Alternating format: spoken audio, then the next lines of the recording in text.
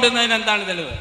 തീർച്ചയായും പരിണാമം ശാസ്ത്രജ്ഞന്മാരിൽ ഭൂരിപക്ഷവും ഡാർവിനിസം, അതിൻ്റെ പിന്നീട് ഡെവലപ്മെൻ്റലിസം എല്ലാം കൂടി യോജിപ്പിച്ചിട്ടുള്ള ഇതിൽ വിശ്വസിക്കുന്നവരാണ്.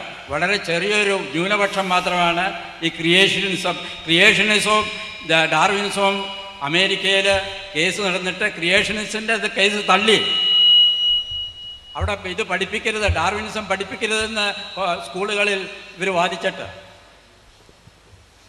ബഹുമാനപ്പെട്ട ജ്യേഷ്ഠ സഹോദരൻ, തീർച്ചയായും അദ്ദേഹം ആവേശം കൊള്ളുന്നുണ്ട്, നമുക്ക് സന്തോഷമുണ്ട്. അദ്ദേഹം ശരിയാണെന്ന് വിശ്വസിക്കുന്ന കാര്യത്തിൽ അദ്ദേഹത്തിനുള്ള ആത്മാർത്ഥതയെ ഞാൻ ചോദ്യം ചെയ്യുന്നില്ല. അദ്ദേഹത്തോട് ഉള്ള അദ്ദേഹത്തിൻ്റെ ഒരു ജ്യേഷ്ഠ സുഹൃത്ത് എന്നുള്ള നിലക്ക് തന്നെയുള്ള എല്ലാ ആദരവും വെച്ചുകൊണ്ട് തന്നെ ഞാൻ പറയട്ടെ, ഒന്നുകൂടി അന്വേഷിക്കണമെന്ന്. ഒന്നുകൂടി അന്വേഷിക്കണമെന്ന് പറയുന്നത്,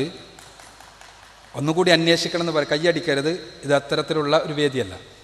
അന്വേഷിക്കണമെന്ന് പറയുന്നത് ആത്മാർത്ഥമായി ഈ വികാരങ്ങളില്ലാതെ അന്വേഷിച്ചാൽ റിച്ചാർഡ് ഡോക്കിൻസിനടക്കം എത്തിച്ചേരാൻ കഴിയുന്ന ഒന്നാണ് ദൈവമുണ്ട് എന്നുള്ള സത്യം. എന്തുകൊണ്ടെന്നാൽ പലപ്പോഴും ഭൗതികവാദികൾ, എൻ്റെ ഗോവിന്ദൻകുട്ടി ചേട്ടാ ഞാൻ പറയുന്നതെന്ന് ശ്രദ്ധിക്കും, എന്നിട്ട് ആവേശം കൊള്ളാം. ഞാൻ ഇവിടെ പറയുന്നതൊന്ന് ശ്രദ്ധിക്ക്. നിങ്ങളുമായി താരതമ്യം ചെയ്യുമ്പോൾ തീർച്ചയായും നിങ്ങളുടെ ഒരു ചെറിയ അനുജനാകാനുള്ള പ്രായം മാത്രമേ എനിക്കുള്ളൂ. അപ്പോൾ അതുകൊണ്ട് തന്നെ ആവേശം കൊള്ളല്ല, ശരിക്കും ശ്രദ്ധിക്കുക. ഞാൻ പറയുന്നത് ശ്രദ്ധിക്കുക. ഇവിടെ തീർച്ചയായും എൻ്റെ സുഹൃത്ത് പറഞ്ഞത് ഞാൻ പല കാര്യങ്ങളും അംഗീകരിക്കുന്നു. ജീവശാസ്ത്ര ലോകത്ത് പരിണാമവാദികളെല്ലാം ഡാർവിനെയും വാലസിനെയും എല്ലാവരെയും അംഗീകരിക്കുന്നവരാണ്. പക്ഷേ ജീവശാസ്ത്ര ലോകത്ത് തന്നെ പരിണാമവാദികളല്ലാത്ത ക്രിയേഷനിസ്റ്റുകളുണ്ട്. അമേരിക്കയിലെ കോടതി തള്ളിയോ ഇല്ലേ എന്നതല്ലല്ലോ ഒരു കാര്യം ശരിയോ തെറ്റോ എന്നുള്ളതിനുള്ള നിദാനം. അമേരിക്കയിലെ കോടതി തന്നെ ഓപ്റ്റ് ചെയ്യാനുള്ള സ്വാതന്ത്ര്യം കൊടുത്തു. അതുകൂടി നിങ്ങൾ പരിശോധിക്കണം. ഒരാൾക്ക് സ്കൂളിൽ പഠിപ്പിക്കുമ്പോൾ തന്നെ ഒരു പാരൻറ്റിന് എൻ്റെ കുട്ടിയെ പരിണാമവാദമാണോ പഠിപ്പിക്കേണ്ടത് അതല്ല ക്രിയേഷനിസമാണോ പഠിപ്പിക്കേണ്ടതെന്ന് ഓപ്റ്റ് ചെയ്യാനുള്ള സ്വാതന്ത്ര്യം അമേരിക്കയിലെ കോടതി തന്നെയാണ് കൊടുത്തത്. അപ്പോൾ അതുകൊണ്ട് ആ ഓപ്ഷനല്ല അവിടെ നിലനിൽക്കുന്നുണ്ട്. ഞാൻ പറഞ്ഞു വരണത്, ജീവപരിണാമം എന്ന ആശയം അശാസ്ത്രീയമാണ്, ശാസ്ത്രീയമല്ല. അതിന് അദ്ദേഹത്തിൻ്റെ മറുപടി ദൈവമുണ്ട് എന്നതിന് ശാസ്ത്രീയമായ തെളിവുണ്ടോ എന്നാണ്. ജീവപരിണാമം അശാസ്ത്രീയമാണെന്ന് പറഞ്ഞാൽ അതിൻ്റെ മറുപടി എന്താകരുത്? അതിനൊരു തിരിച്ചുള്ളൊരു ചോദ്യമല്ലല്ലോ മറുപടി. തിരിച്ചുള്ള ചോദ്യം എന്താണ്? അത് വേറൊരു വിഷയത്തിലുള്ള ചോദ്യമാണ്. അതിന് ഞാൻ മറുപടി പറയാം. വിഷയം ജീവപരിണാമം ശാസ്ത്രീയമല്ല എന്ന് ഞാൻ സ്ഥാപിച്ചു. ജീവപരിണാമത്തിന് ഉപോത്ബലകമായി അവതരിപ്പിക്കപ്പെട്ട തെളിവുകളെല്ലാം അടിസ്ഥാനരഹിതമാണ് എന്ന് ഞാൻ പറഞ്ഞു.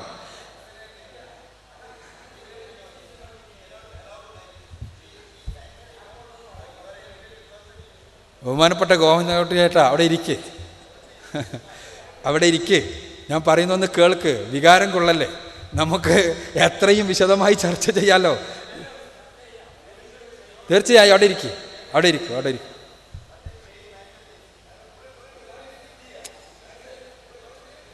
കുഴപ്പമില്ല, ആവേശമെല്ലാം ഞാൻ സമ്മതിക്കുന്നു. പക്ഷേ മനസ്സിലാക്കുക, ദൈവമുണ്ട് എന്നതിന് എന്നെ സംബന്ധിച്ചിടത്തോളം ഒരുപാട് തെളിവുകളുണ്ട്.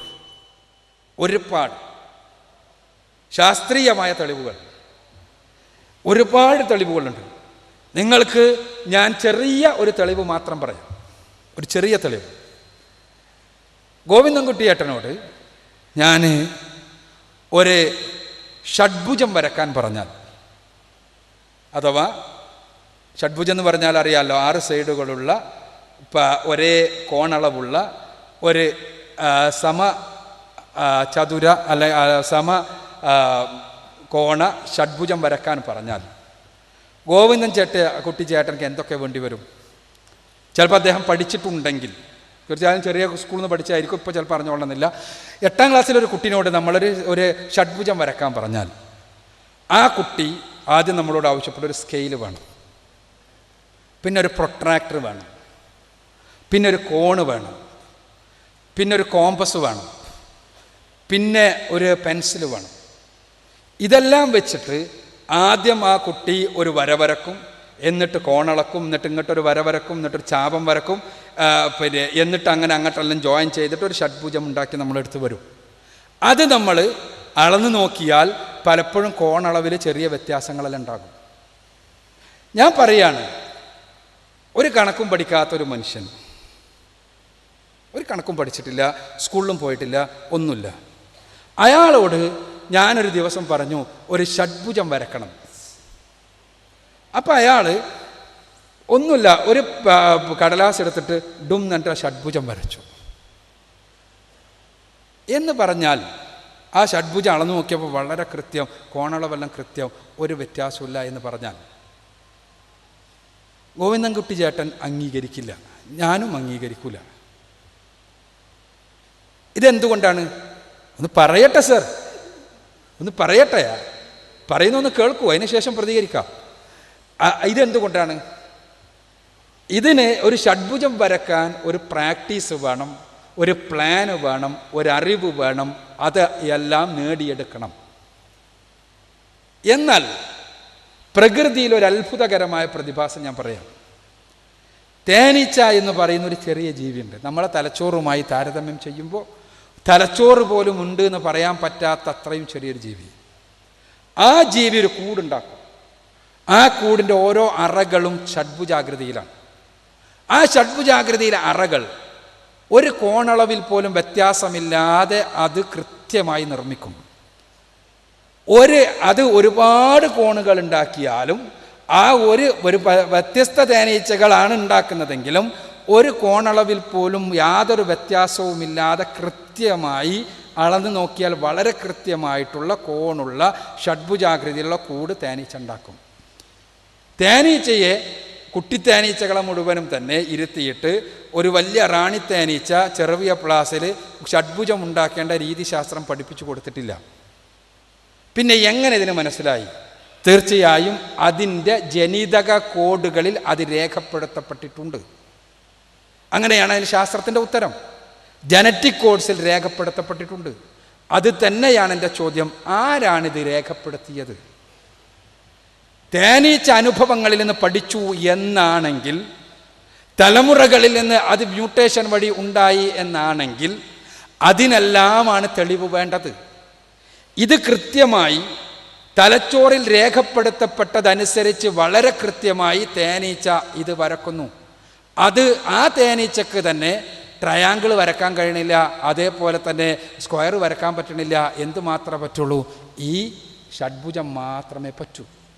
ആ ഷഡ്ഭുജം വരക്കാൻ കൃത്യമായ അറിവ് അതിൻ്റെ തലച്ചോറിൽ രേഖപ്പെടുത്തിയത് ആരാണ് എന്ന ചോദ്യത്തിന് ശാസ്ത്രീയമായ ഉത്തരം അത് രേഖപ്പെടുത്തേണ്ടതുണ്ട് എന്ന് തന്നെയാണ്. അത് രേഖപ്പെടുത്തിയ വ്യക്തിയെ ഗോവിന്ദേട്ടൻ പ്രകൃതി എന്ന് വിളിക്കുന്നു. പ്രകൃതിക്ക് വികൃതി മാത്രമേ അറിയൂ, ഒരു തലച്ചോറില്ല.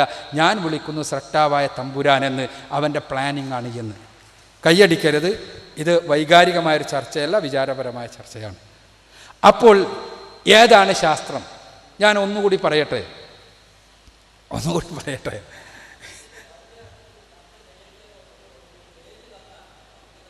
ആയിക്കോട്ടെ, ഇൻഷാ അല്ലാഹ് വേദിയാക്കാം. അപ്പോൾ ഏതായിരുന്നാലും അതാണ് അവസ്ഥ എന്ന് മാത്രം സൂചിപ്പിക്കട്ടെ. എൻ്റെ ബഹുമാന്യനായ ജ്യേഷ്ഠ സുഹൃത്ത് ദേഷ്യം പിടിക്കേണ്ടതില്ല. അദ്ദേഹത്തിൻ്റെ അനുഭവങ്ങളിൽ നിന്ന് അദ്ദേഹം പറയുന്ന കാര്യമാണ്. തീർച്ചയായും അദ്ദേഹത്തോടുള്ള എല്ലാ ബഹുമാനവും നിലനിർത്തിക്കൊണ്ട് തന്നെ അദ്ദേഹം കൂടുതൽ ഈ വിഷയം പഠിക്കണമെന്ന് മാത്രം ഞാൻ അഭ്യർത്ഥിക്കുകയാണ്.